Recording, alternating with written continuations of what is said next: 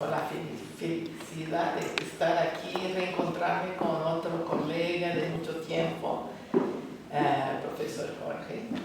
y bueno, la posibilidad de reunirnos aquí en Colombia, en Bogotá, alrededor de la figura de Cervantes y su obra, y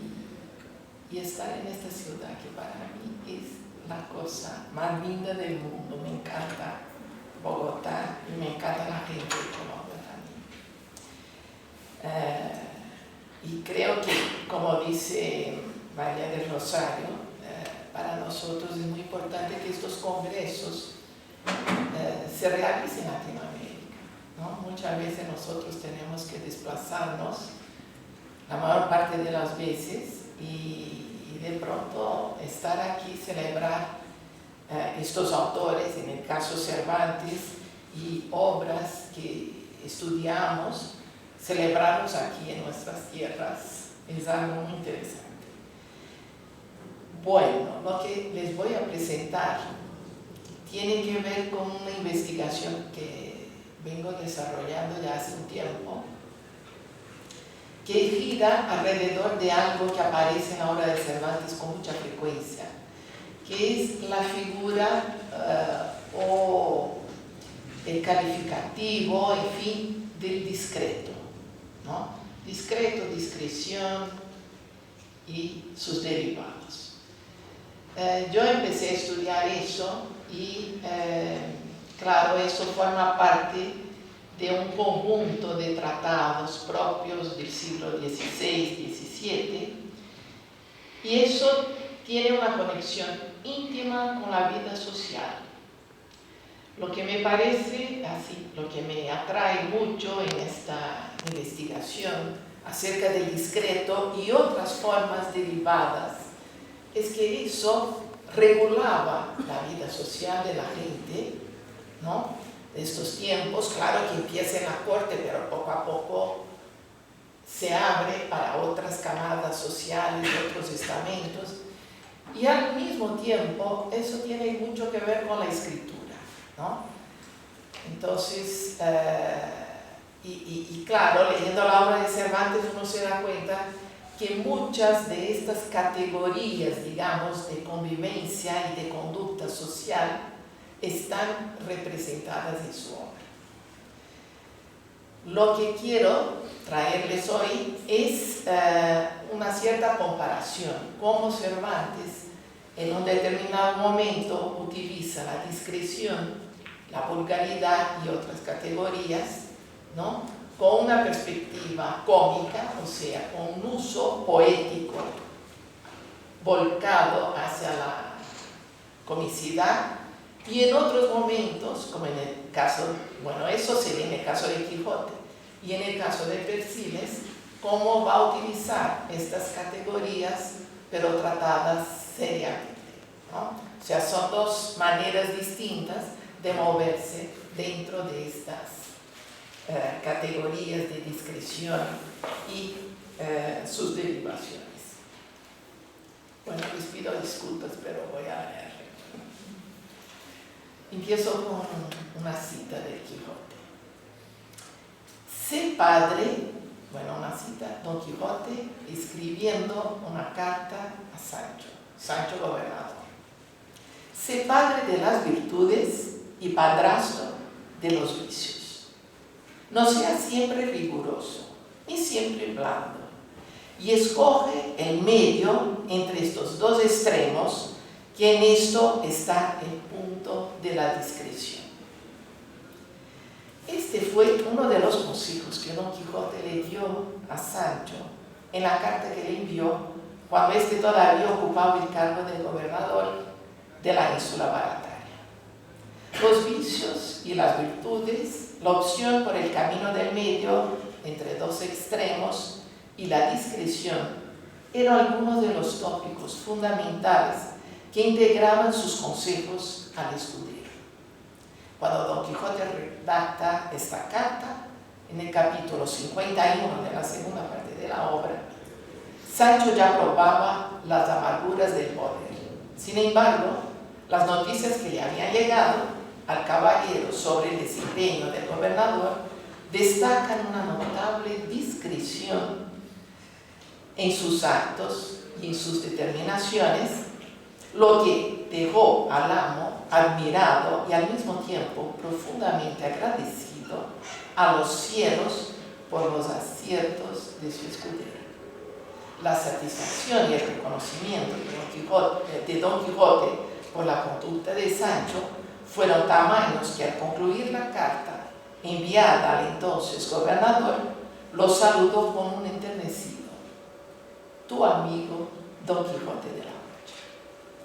Este es un momento muy especial para el caballero, en el cual en alguna medida cosecha los frutos de sus esfuerzos pedagógicos para la formación de su escudero, especialmente por haber alcanzado una conducta guiada por la discreción en sus días de gobierno. La discreción, como se sabe, constituía un ideal de comportamiento integrado a los saberes humanistas e incidía específicamente en los códigos de conducta que regulaban las relaciones sociales, codificadas en una serie de convenciones propias de la sociedad de los siglos XVI y XVII. La obra de Cervantes aborda la discreción y otras formas adyacentes y similares mediante distintas soluciones narrativas. En esta presentación examinamos la discreción y algunas de sus modulaciones a partir de un episodio de los trabajos de Persiles y Sigismunda que, contrastado con un episodio del Quijote, permitirá observar la variedad de enfoques del concepto de discreción y sus soluciones poéticas. Pero antes cabe conceptuar esta práctica de representación considerando algunos tratados de contemporáneos de Cervantes. Si uno de los rasgos que compone las relaciones entre Don Quijote y Sancho es la acción pedagógica por parte del primero, como se observa en el epígrafe, el estudioso de la obra de Cervantes no deja de indagarse sobre los horizontes educativos por los cuales había pasado el joven Miguel. Como se sabe, son escasas las noticias sobre sus estudios formales y probablemente, más que una formación regular, su amplio conocimiento sobre los más variados temas se haya debido a una notable curiosidad intelectual combinada con la reflexión crítica sobre lo leído y lo vivido. De todos modos, aunque Cervantes haya concurrido por poco tiempo al estudio público de humanidades de la Villa de Madrid, seguramente conoció el sistema de enseñanza propio de los estudios humanísticos en vigencia en los siglos XVI, entendiéndose por humanista un estudioso de las humanidades, vale decir, de los studia humanitatis, que correspondían a una especie de educación liberal integrada por 5 asignaturas: gramática, retórica, poética, historia y filosofía moral.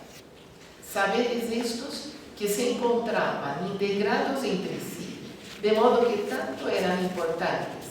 las reflexiones de carácter moral y humano como la elocuencia literaria y el estudio de los clásicos que servían como modelos de imitación. Las 4 primeras asignaturas, es decir, gramática, retórica, poética e historia, formaban un grupo de estudios estructurados en el lenguaje oral y escrito, en prosa o en verso. Lo que se buscaba era cultivar la cultura y las letras en el estudio de las obras clásicas a través de la crítica textual, del comentario y del método analítico. La filosofía moral, la 5ª asignatura de los estudios humanitatis, era la única que pertenecía al campo de la filosofía y se traducía en tratados y diálogos morales que versaban sobre una variedad de temas como los vicios y las virtudes, los deberes de un príncipe, la educación de los hijos, los códigos de civilidad, entre otros, siempre con una perspectiva pedagógica, moral e intelectual en relación a los jóvenes. Tratando de delimitar el territorio de actuación que suponía ese sistema de enseñanza, podríamos afirmar que para la formación de los jóvenes se consideraba tan importante la elegancia en el manejo del lenguaje como la formación de ideas precisas que a su vez debería ser el resultado de la reflexión personal, de las observaciones de la vida en general y al mismo tiempo reafirmaciones de antiguas teorías filosóficas desde diversos autores. En otros términos, se perseguía una formación que cultivara la destreza textual, la erudición histórica y filológica y la sabiduría moral. Con relación a los estudios de Cervantes, lo que se sabe es que fue un discípulo de López de Hoyos, un hombre dedicado a la enseñanza humanista que probablemente se hizo más conocido siglos después por haberse referido de modo especial a su alumno, caro y amado discípulo, cuando lo presenta como autor de algunos versos en los funerales de la reina Isabel. Esta mención, aunque no sea muy esclarecedora, revela algún tipo de implicación del autor del Quijote en un proceso educativo, pero no arroja certezas sobre sus estudios regulares. De todos modos, lo que se sabe es que Cervantes, por medio de una formación intelectual de carácter más o menos formal, acumuló un conocimiento vasto y notable en consonancia con una profunda reflexión crítica, revelando así el pleno dominio de las disciplinas que integraban la formación intelectual de su tiempo. Una de esas asignaturas era la filosofía moral, a la cual dedicaremos especial atención. Era esta la que regía la conducta humana y, como dice Alberto Blecua, constituye el eje de toda la narrativa cervantina. En la filosofía moral, el principio de la discreción, tan divulgado por medio de tratados, ganó un relieve considerable en la obra de Cervantes, sobre todo en los trabajos de Persiles y Sigismunda, en la configuración de personajes y de narraciones diversas. Cuando Giovanni de la Casa, a mediados del siglo XVI, escribe el Galateo, se amplía el repertorio de tratados destinados a la definición de reglas de conducta para la vida social, con el propósito explícito de cuidar la acción y la visión de un joven rústico, mostrándole los caminos de la civilidad y el encauzamiento adecuado de las virtudes morales en la vida social. De la Casa insiste en la contención de los impulsos naturales en busca siempre de ámbitos apropiados para la convivencia en sociedad. Retomando implícitamente las reflexiones que aparecen en la Ética de Aristóteles en lo que atañe a las virtudes del intelecto, es decir, la sabiduría teórica y la sabiduría práctica, de la Casa observa que para las cosas que pertenecen a las maneras y costumbres de los hombres, no basta tener la ciencia y la regla, sino que para efectuarlas conviene además tener también la práctica, la cual no puede adquirirse de un momento a otro o en un breve espacio de tiempo, sino en muchos y muchos años. Vale decir, no basta el conocimiento de las maneras y de las instrucciones en cuanto a las costumbres de los hombres. En la vida social también es fundamental saber controlar los impulsos naturales y someternos al gobierno de la razón. Años antes, Erasmo de Rotterdam, con la civilidad pueril, tanto él como Castiglione en El Cortesano, que en una larga discusión entre señores aristócratas trata de establecer el perfil del hombre de corte, todos ellos marchaban en la misma dirección, es decir, sus reflexiones circulaban en el sentido de mostrar que la vida social exigía un control que se traducía en medidas racionales de contención, corrección y decoro en los gestos, en el habla y en las actitudes. Prácticamente siglos después, Baltasar Gracián sigue algunos trazados similares a los de sus antecesores, como en el Discreto de 1646, en un momento en que ya no eran suficientes los viejos ideales renacentistas del cortesano o del galateo. Para Orejido, Gracián consideraba que el varón discreto dictaba normas y ofrecía modelos para que el hombre dominara el mundo dominándose previamente a sí mismo. El hombre no debía rendirse a los humores, sino que tenía que dominarlos como quien ejerce su poder y libertad sobre la naturaleza. Aproximando el concepto de prudencia al de discreción, Gracián elabora una filosofía práctica que supone sabiduría y experiencia y construye la idea de que lo discreto es en el fondo la suma de todas las virtudes y su discreción debería manifestarse siempre, en todos los tiempos y en todos los lugares. Cabe destacar a dos autores en el repertorio de tratadistas sobre la discreción. Son ellos Lucas Gracián Dantisco y Damasio de Frías, que por lo que se sabe tuvieron ligaciones directas con Cervantes por relaciones familiares y también por contactos de carácter propiamente literario. Fue Gracián Dantisco quien firmó la aprobación para la Galatea y al mismo tiempo publicó en 1593 el tratado titulado Galateo Español, considerado como una adaptación del Galateo de la Casa.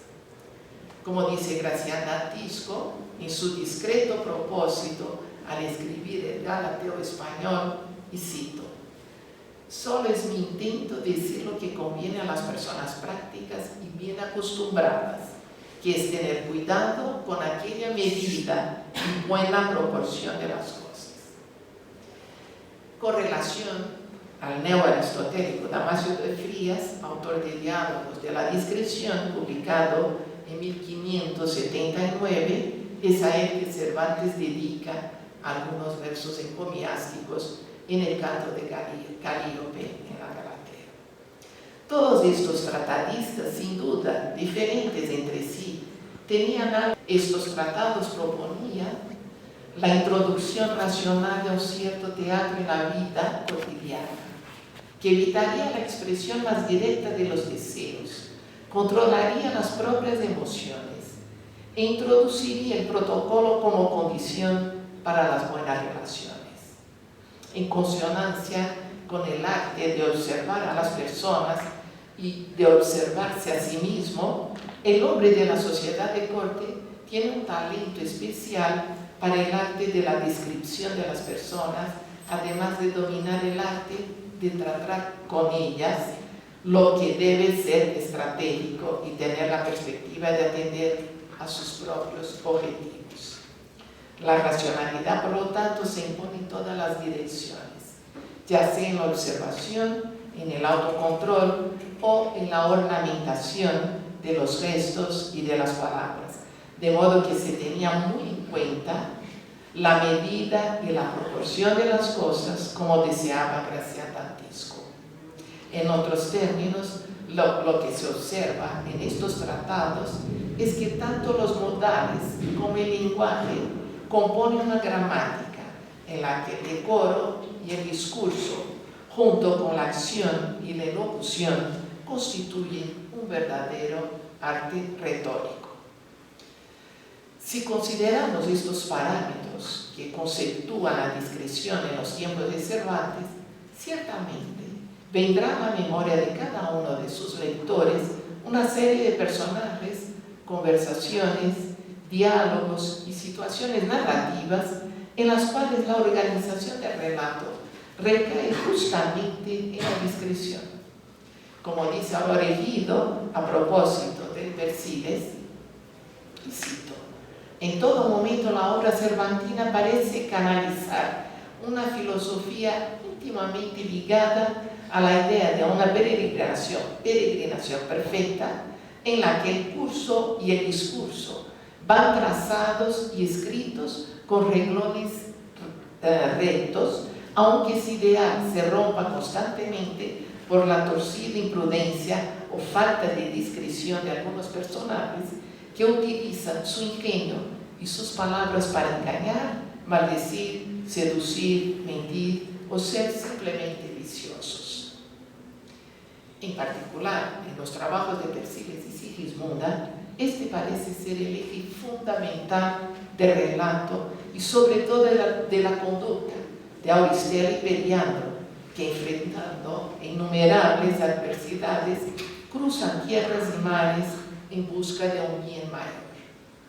En distintos momentos de la narración y la propia construcción de determinados personajes se organizan a partir de la representación de algunos de los principios fundamentales en el ámbito externo, es decir, el de las intemperies, resultando en el naufragio de la embarcación, como en el plano de los afectos, teniendo en cuenta a la joven Auristela que padece de celos profundos a partir de las historias narradas por el capitán.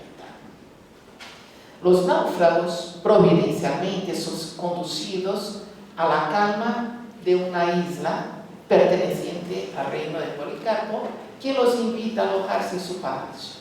El espacio en el cual tienen lugar muchos diálogos de carácter persuasivo. En los 8 primeros capítulos del segundo libro se producen situaciones